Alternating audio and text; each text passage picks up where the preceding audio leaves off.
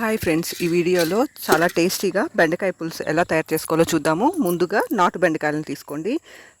బాగా కడిగేసి ఒక డ్రై కాటన్ క్లాత్తో బాగా తుడిచేసి కొంచెం సేపు ఆరబెట్టేసి బెండకాయలు అయితే కట్ చేసి రెడీగా పెట్టుకోవాలి. ఆ తర్వాత ఒక పెనం తీసుకొని పెనంలో కొంచెం ఆయిల్ వేసి ఆయిల్లో బెండకాయల ముక్కలను వేసుకొని బాగా ఫ్రై చేసుకోవాలి. ఇలా చేయడం వల్ల బెండకాయ కూర బంక లేకోకుండా చాలా టేస్టీగా వస్తుందన్నమాట. ఇలా బాగా వేయించుకుంటే కూర కూడా చాలా టేస్టీగా ఉంటుంది. ఇలా బాగా వేయించుకొని ఒక ప్లేట్లోకి అయితే తీసేసుకోవాలి. ఆ తర్వాత ఒక పెద్ద ఉల్లిపాయని ముక్కలుగా కట్ చేసి రెడీగా పెట్టుకోవాలి. ఆ తర్వాత ఒక 2 టమోటోలను కూడా కట్ చేసి రెడీగా పెట్టుకోవాలి. కరివేపాకును కూడా కడిగి రెడీగా పెట్టుకోండి.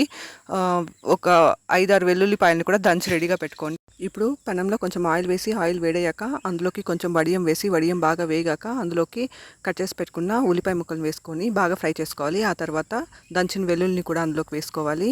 కొంచెం సేపు వేగాక అందులోకి కట్ చేసి పెట్టుకున్న టమాటో ముక్కల్ని కూడా వేసుకొని బాగా వేయించుకొని టమాటో ముక్కలు మగ్గాక అందులోకి మనం ఆల్రెడీ వేయించుకున్న బెండకాయ ముక్కలను వేసుకొని ఆ తర్వాత ఒక చిన్న నిమ్మకాయ సైజ్ అంత చింతపండుని బాగా నానపెట్టుకున్న చింతపండులో నుంచి గుజ్జును తీసి పెనంలోకి వేసుకోవాలి. ఆ తర్వాత తగినంత కారాన్ని, ధనియాల పొడిని, ఉప్పుని, కొంచెం పసుపుని వేసుకోవాలి.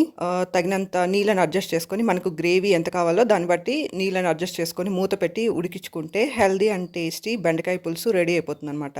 ఈ బెండకాయ పులుసు అయితే చాలా టేస్టీగా ఉంటుంది. మూత పెట్టి ఉడికించుకున్నారంటే తొందరగా ఉడికిపోతుంది అనమాట. ఆ తర్వాత కొత్తిమీరని సన్నగా కట్ చేసి వేసుకొని ఇది చపాతీతో బాగుంటుంది, రైస్తో బాగుంటుంది, రాగి ముద్దతో కూడా పర్ఫెక్ట్ కాంబినేషన్ అనమాట. ఇలా నాటు బెండకాయ పులుసు చేసి చూడండి, నిజంగా చాలా టేస్టీగా ఉంటుంది.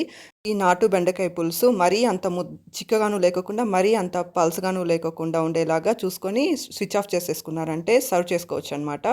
మేమైతే ఈ కర్రీ చపాతీలోకి సర్వ్ చేస్తున్నాను, ఎందుకంటే మా పిల్లలు చపాతీతో చాలా ఇష్టంగా తింటారనమాట ఈ బెండకాయ పులుసుని.